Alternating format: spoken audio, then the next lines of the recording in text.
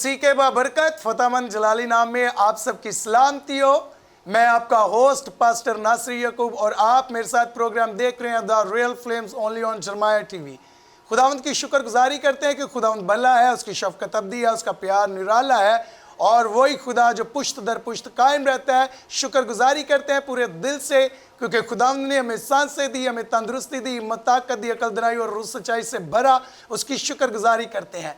खुदावंद की शुक्रगुजारी इस बात के लिए भी करते हैं कि इस खूबसूरत प्लेटफॉर्म पर जो खुदावंद ने हमें मुहैया किया, और शुक्रगुजार है खुदावंद के बाद खुदा के बंदा डॉक्टर इमानुएल ताहिर साहब का, जिनके वसीला से ये टीवी चैनल बना और इसके वसीला से हम बहुत सारे अपने नौजवान बहन भाइयों को लेके आते हैं ताकि उनकी ज़िंदगी के सफ़र को हम सुने और उनसे बरकत भी पाए, उनसे सबक भी हासिल करें और उनसे हम हौसला अफजाई को भी अपनी ज़िंदगियों में लें। तो बताना चाहता हूँ आज हमारे साथ हमारे बड़े ही खूबसूरत और नौजवान भाई मौजूद हैं जिनका नाम शकील हमीद है। और बताना चाहता हूं कि हमारे इस भाई ने बड़ी स्ट्रगल की, बड़ी मेहनत की और उसके बाद आज एक कामयाब पर्सनालिटी बने हुए हैं। तो आइए आपका तारुफ करवाते हैं अपने गेस्ट से। और सबसे पहले हम अपने गेस्ट को वेलकम कहेंगे, आपकी जोरदार तालियों में वेलकम कहते हैं। हमीद भाई आपको खुदावंद आपको बरकत दे। Thank you so much. आमीन। तो सर अपना तारुफ हमारे नाज़रीन को बताइएगा। मेरा नाम शकील हमीद है। मैंने पंजाब यूनिवर्सिटी हेले कॉलेज से एमफिल किया हुआ है और मैं शोबा तदरीस से पिछले 10 साल से वाबस्ता हूँ। आजकल मैं मैजनट कॉलेज लाहौर में एज अ कॉमर्स लेक्चरर अपने फ़राइज़ सर अंजाम दे रहा हूँ, जो कि लाहौर में FC कॉलेज के बाद दूसरा बड़ा क्रिश्चियन इंस्टीट्यूट है। और योहानाबाद डी ब्लॉक में मेरी अपनी एकेडमी है जिसका नाम द ट्रस्ट साइंस अकेडमी है, जिसमें मैं एज अ प्रिंसिपल अपने फ़राइज़ सर अंजाम दे रहा हूँ, जो कि पिछले 9 साल से कार फरमा है और बच्चों को इल्म के जेवर से आरास्ता कर रही है। वाह, प्रेज़ द लॉर्ड। खुदा उनकी शुक्रगुजारी करते हैं इस बात के लिए। आपने नाज़रीन सुना इस तारीफ़ को कि जो है वो खुदा ने अपने बंदा को कितनी बरकत से नवाजा है। तो खुदा के बंदा से हम मज़ीद बात को बढ़ाते हैं, गुफ्तगू के सिलसिला को जारी करते हैं। तो हम जानना चाहेंगे कि आपको कैसा लग रहा है हमारे इस प्रोग्राम में आकर। सबसे पहले तो पास्टर साहब मैं आपका बहुत ज़्यादा शुक्रगुजार हूँ कि आपने मुझे मौका दिया कि मैं यहाँ पर आऊँ और अपनी जो लाइफ जर्नी है उसको शेयर कर सकूँ। और जैसे ही मुझे पता चला कि मुझे जरमाया टीवी की तरफ से कॉल आई है तो मैं बड़ा ज़्यादा एक्साइटेड था इस चीज़ को लेके, क्योंकि ये जो नाम आपने रखा है द रियल फ्लेम्स, और हमारी क्रिश्चियन यूथ को इस तरह के प्लेटफॉर्म्स की बहुत ज़्यादा ज़रूरत है जहाँ पर वो आके ग्रो कर सकें, एक्सेल कर सकें। और आने वाले सालों के अंदर मैं उम्मीद करता हूँ कि ये और ज़्यादा ग्रो करेगा और हमारी कम्युनिटी के लिए और ज़्यादा बढ़ चढ़ के काम करेगा। आमीन। Thank you for your best wishes. खुदावंद आपको सलामत रखे, आपको बरकत दे। तो हम जानना चाहेंगे आपकी इब्तदाई जर्नी के बारे में। पास्टर साहब ऐसा है कि मेरी जो फैमिली है, जो वालिद साहब हैं, वो टोबा टेक्सिंग से बिलोंग करते हैं।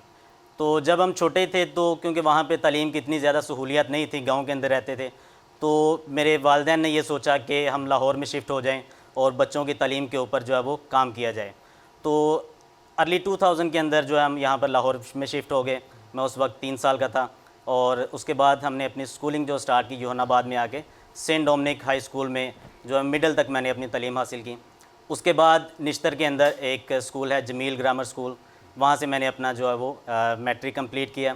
और मैं आपको साथ ही साथ ये बताता चलूँ कि जब मैंने यहाँ पर मैट्रिक किया तो सन 2012 के अंदर मैं योहानाबाद के अंदर टॉप करने वाला बच्चा था, जिसके 91% मार्क्स थे। As a Christian student top करने वाला बच्चा था मैं। उसके बाद मैंने स्कॉलरशिप की बेस पे मेरा गवर्नमेंट कॉलेज टाउनशिप के अंदर एडमिशन हो गया और जहाँ पर मुझे पीफ की तरफ से स्कॉलरशिप भी अवॉर्ड की गई। और उसके बाद मैं जैसे ही 2014 के अंदर मैंने अपना इंटर कंप्लीट किया, तो साथ ही साथ मैंने जो है वो पढ़ाना शुरू कर दिया। और क्योंकि घर के हालात उस तरह के नहीं थे कि बहुत ज़्यादा स्टडी आगे कंटिन्यू कर सकता, तो फिर मैंने साथ ही साथ अपनी ट्यूशन्स वगैरह करवानी शुरू की और साथ ही मैंने अपनी स्टडी को भी कंटिन्यू किया। और आज खुदाम के फजल से मैं एमफिल कर चुका हूँ पंजाब यूनिवर्सिटी हेले कॉलेज से, और मैं अपने कॉलेज के अंदर उस टाइम पे तालीम हासिल कर रहा था। और 2014 में जैसे मैंने अपना इंटर कंप्लीट किया तो साथ ही मैंने जो है ट्यूशन्स वगैरह करवानी शुरू कर दी। एकेडमी अपनी उस टाइम तक हम बना चुके थे और टीचिंग करनी शुरू कर दी, और साथ ही साथ मैंने अपनी स्टडी को भी कंटिन्यू रखा। और आज खुदा उनके फजल करम से मैं हैली कॉलेज पंजाब यूनिवर्सिटी से जो है वो एमफिल कंप्लीट कर चुका हूँ और साथ ही साथ अब मैं जो आप कह लें कि एक प्रोफेशनल टीचर भी बन चुका हूँ। जब आपने मैट्रिक के एग्ज़ाम दिए तो उसमें क्या कोई मुश्किलातें आपको फेस करना पड़ी? डिफ़िकल्टीज़ बड़ी थी एक्चुअली। हम एक जॉइंट फैमिली के अंदर रह रहे थे, मेरे मामू और हम जो है फैमिली साथ में थे। तो आपको पता है कि जॉइंट फैमिली के अंदर फिर जो है वो स्टडी करना तो और ज़्यादा मुश्किल हो जाता है, क्योंकि उनके भी बच्चे छोटे थे और हम यहाँ पे एक ही रूम था दोनों के पास। तो रात के वक्त जब स्टडी करनी है तो लाइट ऑन करने में मुश्किल होती थी और घर में ऐसी कोई फैसिलिटी नहीं थी। उस टाइम पे लोड शेडिंग बहुत ज़्यादा पाकिस्तान में थी, 2012 की बात कर रहा हूँ, 11-12। तो इतनी ज़्यादा उस टाइम पे लोड शेडिंग होती थी कि यूपीएस के बगैर स्टडी करना बहुत ज़्यादा मुश्किल था। बिल्कुल। तो मुझे अभी भी याद है कि मैं अपने मोबाइल जो वालिद साहब के पास ही होता था, उस टाइम पे घर में एक ही फ़ोन था, उसकी टॉर्च से मैं रात को जो है वो जिस टाइम पे लाइट चली जाती थी तो कभी छत पे या कभी बाहर सेन में, तो उस टॉर्च के साथ मैं उस टाइम पे स्टडी किया करता था। बड़ा अच्छा लग रहा है आपसे गुफ्तगू करके। तो ये जो मुश्किलातें हैं इसमें आपके वालिदैन का क्या किरदार है? वैसे तो वालिदैन का किरदार तो सारा वालिदैन का ही होता है, लेकिन बहुत सारे लोग ये समझते हैं कि हमारे माँ बाप ने हमारे लिए कुछ नहीं किया। जैसे आप अपने हालातों के बारे में बता रहे हो, तो इसमें आपके मामा पापा का, आपके पेरेंट्स का आपके साथ कैसा रवैया रहा? जी पास्टर साहब, जैसा कि बताया कि फैमिली कंडीशंस फाइनेंशियली शुरू से काफ़ी वीक थी और ऐसे भी हालात आए कि जिस टाइम के ऊपर हम खाने के लिए इतना होता था कि अगर रोटी बन गई तो साथ में सब्ज़ी नहीं है, अचार के साथ रोटी खाइए या पानी के अंदर नमक मिर्च मिलाकर भी हम उस टाइम के ऊपर खाना खाते रहे हैं। लेकिन इस मुश्किल टाइम के अंदर भी मेरे पेरेंट्स ने कभी भी हमें जो है स्कूल जाने से नहीं रोका कि हम आपकी फ़ी अफोर्ड नहीं कर सकते। तो मैं ये कहना चाहूँगा कि आज मैं जो कुछ भी हूँ इस मुकाम पर जहाँ पर भी पहुँचा हूँ, इसमें अगर खुदा ताला की ज़ात के बाद किसी का सबसे बड़ा हाथ है तो वो मेरे पेरेंट्स का हाथ है। अगर वो मुझे यहाँ तक ना लेकर आते तो शायद, अगर वो मेरे इंटर तक की मुझे सपोर्ट ना करते तो शायद मैं आगे भी स्टडी ना कर सकता। अगर वो बचपन से ही मुझे स्कूल ना भेजते, किसी जॉब वगैरह पे भेज देते, तो आज मैं इस लेवल तक वैसे ही ना पहुंच पाता। तो आज जो कुछ भी हूं मैं अपने वालिदैन की वजह से हूं।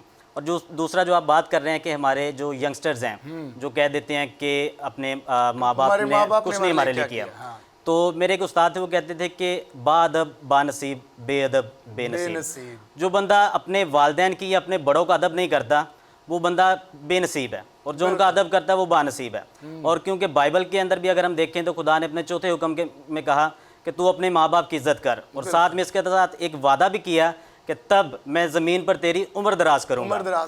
तो जो माँ बाप अपने बच्चों के साथ करते हैं, मैं समझता हूँ कि बच्चे चाहे सारी ज़िंदगी भी अपनी लगा लें, वो उनके एहसानात नहीं झुका सकते। क्योंकि मैंने अपने जो वालिदैन को देखा है घर में कि अगर हमारे घर में कभी कोई अच्छा सालन वगैरह बनता, गोश्त वगैरह बनता था, तो मेरी अम्मी और अब्बू की ये कोशिश होती थी कि वो हमें जो अपने हिस्से का भी सालन दे दें। या जॉब पे जैसे मैंने बताया कि मेरे वालिद जो थे वो कुक हैं, खाना बनाते थे, तो वहाँ से जो उनको उनके हिस्से का खाना होता था वो भी वो घर ले आते थे और वो हमें दे देते होते थे। ठीक है, तो मैं ये समझता हूँ कि बच्चे कभी भी अपने पेरेंट्स का जो हक है वो अदा नहीं कर सकते। वंडरफुल जी। और यकीनन हमने बड़ी खूबसूरत गुफ्तगू सुनी पेरेंट्स के हवाले से, और ये बड़ा खूबसूरत पैगाम था उन नौजवानों के लिए जो ये आज कहते हैं कि हमारे वालिदैन ने, हमारे पेरेंट्स ने हमारे लिए कुछ नहीं किया। तो इस बात का अपने जहन में रख लीजिएगा, अगर आपके पेरेंट्स ना होते तो आज आप इस दुनिया में ना होते।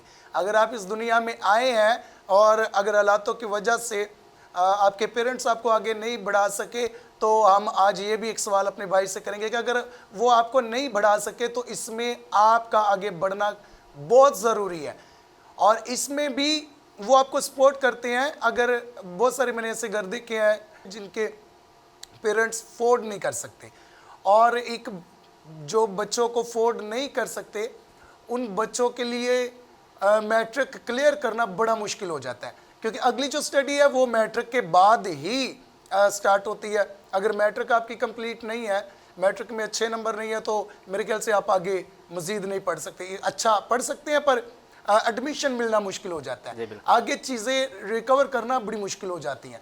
तो अगर एक बच्चे को घर से सपोर्ट नहीं हो रहा, उस बच्चे को क्या करना चाहिए अपनी लाइफ में आगे बढ़ने के लिए? अच्छा पास्टर साहब, इस पे मैं एक बात करना चाहूँगा कि हमेशा ये याद रखिएगा कि आपकी जो ज़िंदगी है वो सिर्फ आपसे वाबस्ता नहीं है। ठीक है, आप पे दूसरों का भी एक जो है वो कर्ज बनता है। जैसे अगर मैं क्रिश्चियन हूँ तो मेरा ये फ़र्ज़ बनता है कि मैं अपनी कम्युनिटी के लिए कुछ करूँ, और इसमें ये होता है कि जब आपके अगर पेरेंट्स आपको सपोर्ट नहीं कर पा रहे तो उस पर भी आपने हिम्मत नहीं हारनी। अपने आप स्टडी के लिए कुछ थोड़ा बहुत टाइम, अगर आप जॉब भी कर रहे हैं तो आप थोड़ा बहुत टाइम मैनेज कर सकते हैं। हाँ, इस पर मैं मानता हूँ कि जब आप अंडर मैट्रिक होते हैं तो थोड़ी ज़्यादा डिफ़िकल्टीज़ होती हैं। जैसे मैट्रिक इंटर कर लेते हैं तो फिर आपके लिए थोड़ी जॉब अपॉर्चुनिटीज़ भी होती हैं। अब मेंटली इतने मैच्योर हो जाते हैं कि आप कर सकते हैं। लेकिन स्टिल अगर उससे अर्ली स्टेजेस में भी अगर आपके पेरेंट्स आपको नहीं इतना कर पा रहे तो आपके लिए ज़रूरी है कि आप बाशऊर हों और अपने साथ साथ जॉब के साथ साथ फैमिली को अगर सपोर्ट कर रहे हैं तो कुछ चंद एक आप इस तरह की अर्निंग्स या सेविंग्स कर लें जिसमें आप स्टडी को कंटिन्यू कर सकें।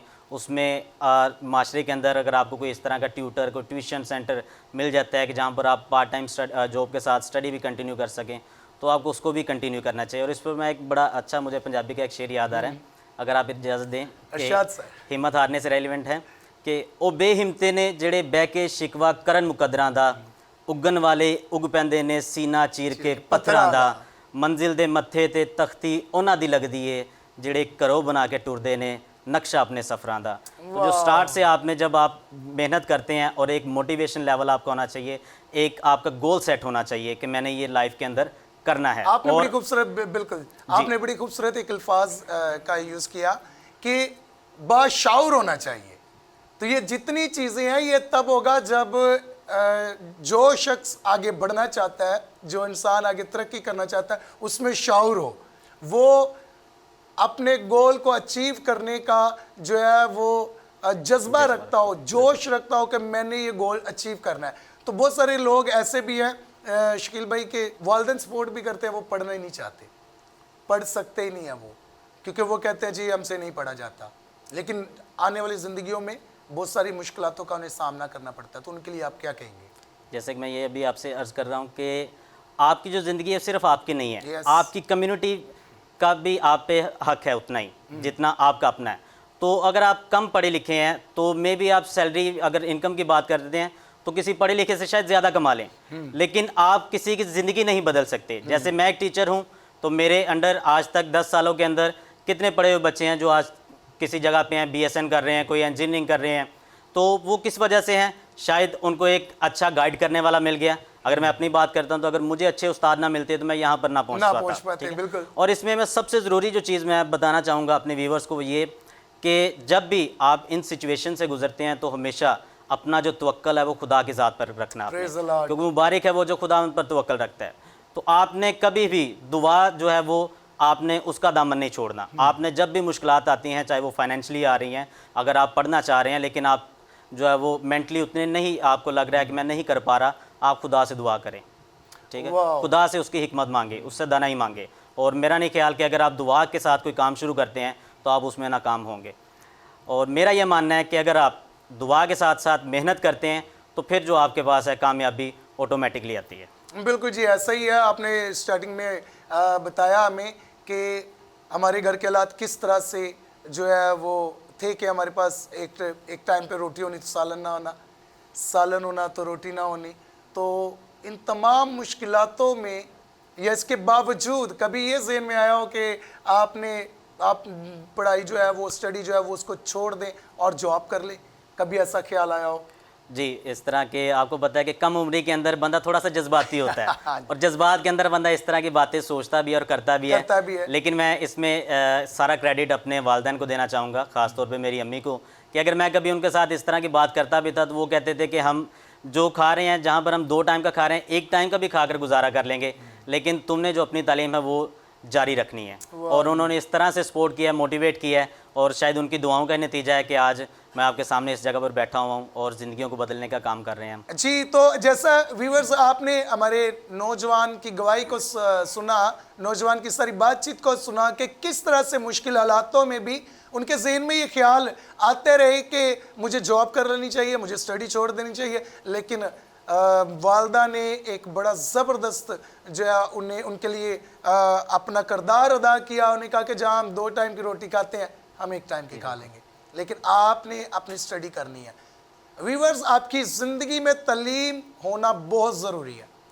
शायद आज आपको लगता हो कि मैं 7वीं पास हूँ, मैं 6ठी पास हूँ, मैं 8वीं पास हूँ, मैं अंडर मैट्रिक हूँ, तो मेरे लिए काफ़ी है। बड़ी खूबसूरत बात जो है वो शकील भाई ने की कि शायद आप पढ़े लिखे जो शख्स है, जो वेल एजुकेटेड पर्सन है, उससे ज़्यादा अच्छी इनकम आप ले सकते हैं, लेकिन किसी की ज़िंदगी को आप बदल नहीं सकते। तो दूसरों की ज़िंदगी को बदलेंगे तब जब आपकी अपनी ज़िंदगी में शाऊर होगा, आपकी अपनी ज़िंदगी में रोशनी होगी, आपकी अपनी ज़िंदगी जो है वो तलीम से भरी हुई होगी। तो खुदावंद की इस बात के लिए शुक्रगुजारी करते हैं। दिल तो नहीं चाह रहा कि हम ब्रेक पर जाएं, लेकिन वक्त होता है एक छोटे से ब्रेक का। तो मिलते हैं ब्रेक के बाद। देखते रहिएगा programme the real flames only on Jarmaya TV.